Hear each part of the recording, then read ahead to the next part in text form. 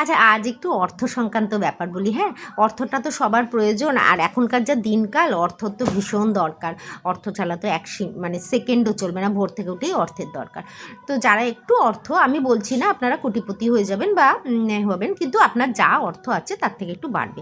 আপনি না একটা মাটির ছোট একটা কিছু একটা নেবেন, মাটির একটা কিছু নেবেন, সেটা লাল রং করে নেবেন।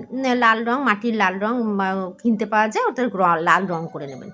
এই লাল রঙের মধ্যে না চাল দেবেন, পুরো চাল ভর্তি করে দেবেন একদম। দিয়ে তার উপরে একটা কয়েন রাখবেন, যে কোনো কয়েন, 1 টাকা হোক, 2 টাকা হোক, 5 টাকা হোক, যে কোনো একটা কয়েন রাখবেন।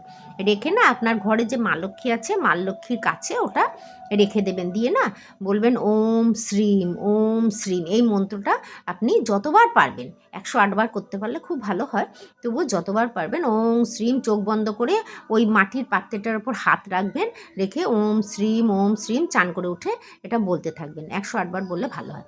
বলে ওইটা মা লক্ষ্মীর পায়ের কাছে রেখে দেবেন।